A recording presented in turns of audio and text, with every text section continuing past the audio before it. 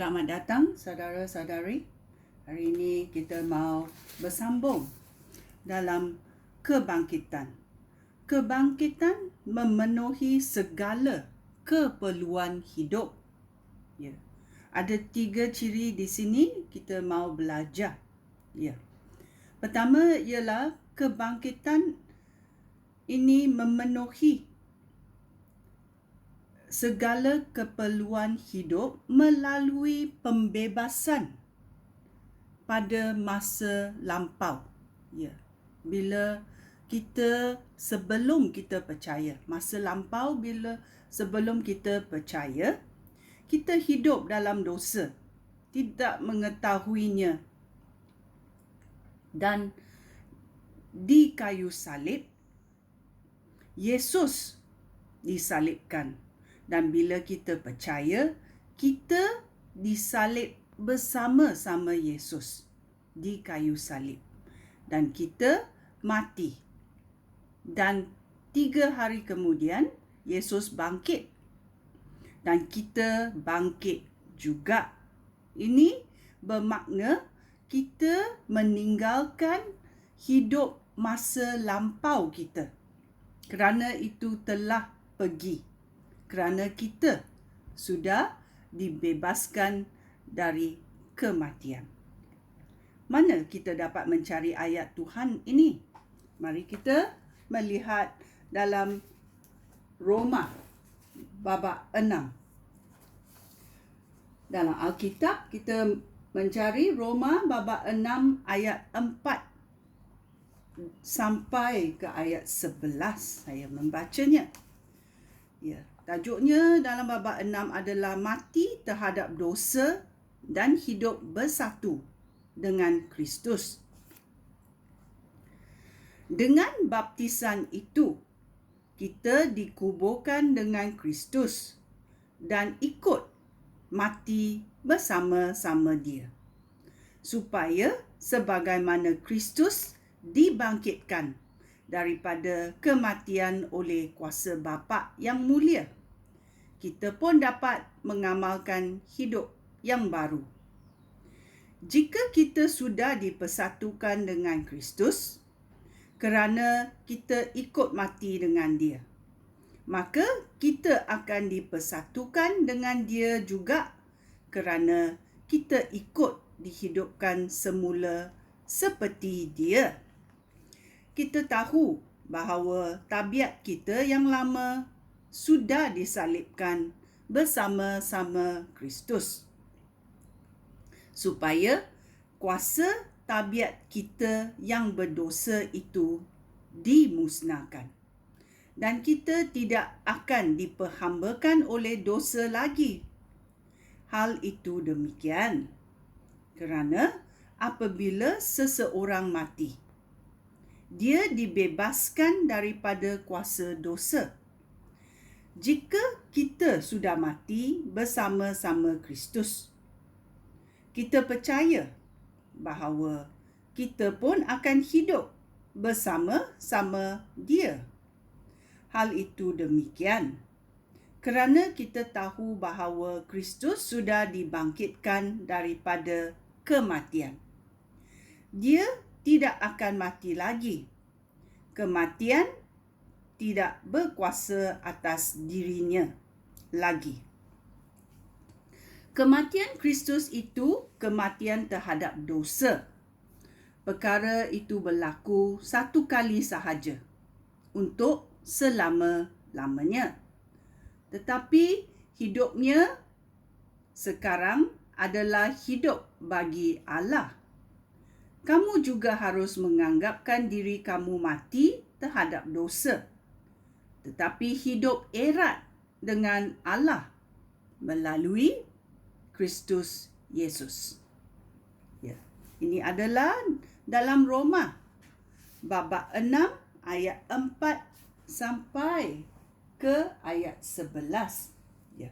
Kita juga mau pergi selidiki Efesius babak 2 ayat 1 sampai 7. Daripada kematian kepada kehidupan. Ini cara rohani.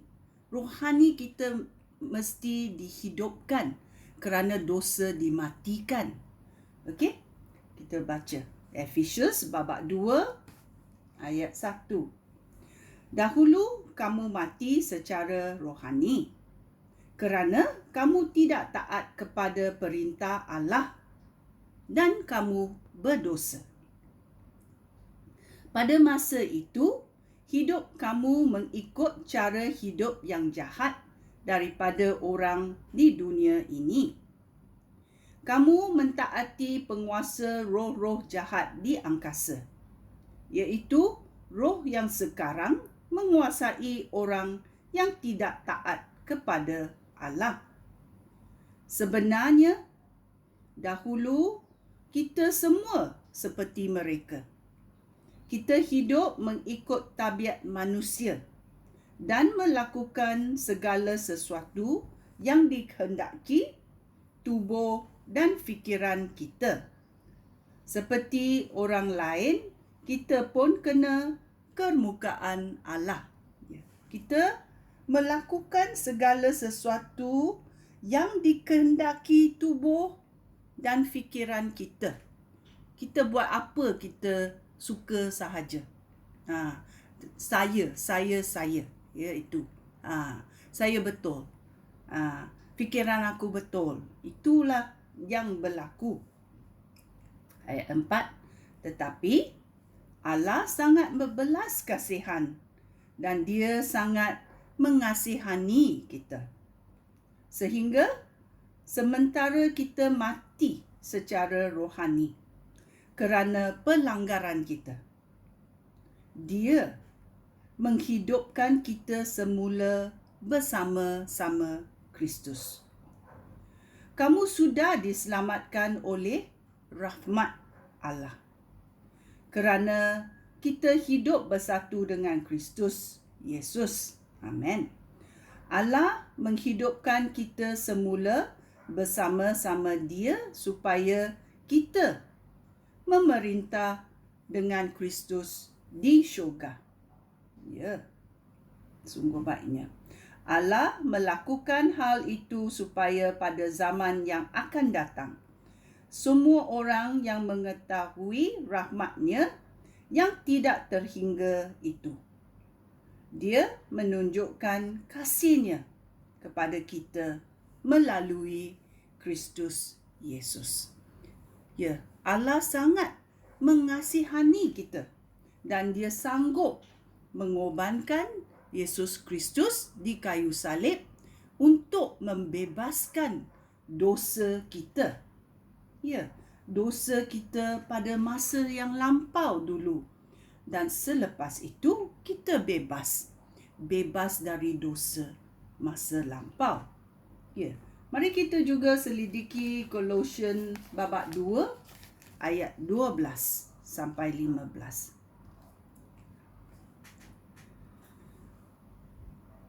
Kolose babak 2 ayat 12.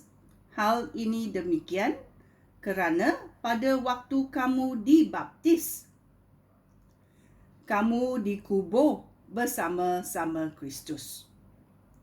Dengan pembaptisan itu juga kamu dihidupkan kembali bersama-sama Kristus kerana kamu percaya kepada kuasa Allah yang telah membangkitkan Kristus daripada kematian. Dahulu, kamu sudah mati secara rohani kerana kamu berdosa dan juga kerana kamu bukan orang Yahudi dan tidak mengenal Taurat Musa. Tetapi sekarang Allah telah menghidupkan kamu bersama-sama Kristus. Allah telah mengampunkan semua dosa kamu. Dia telah membatalkan surat hutang. Surat hutang kita yang mengancam kita dengan syarat-syarat yang berat. Dia menghapuskan semuanya dengan menyalibkan surat hutang itu di kayu salib. Di kayu salib itu, Kristus membebaskan diri daripada kuasa roh-roh yang berkuasa dan yang memerintah. Dia menjadikan mereka tontonan umum apabila dia mengiring mereka sebagai tawanan dalam perarakan kemenangan. Amen. Ya.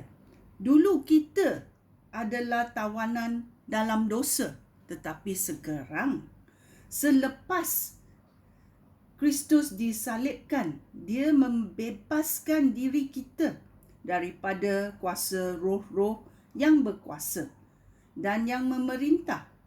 Dia menjadikan roh-roh jahat ini tontonan umum apabila dia mengirim mereka sebagai tawanan dalam perarakan kemenangannya.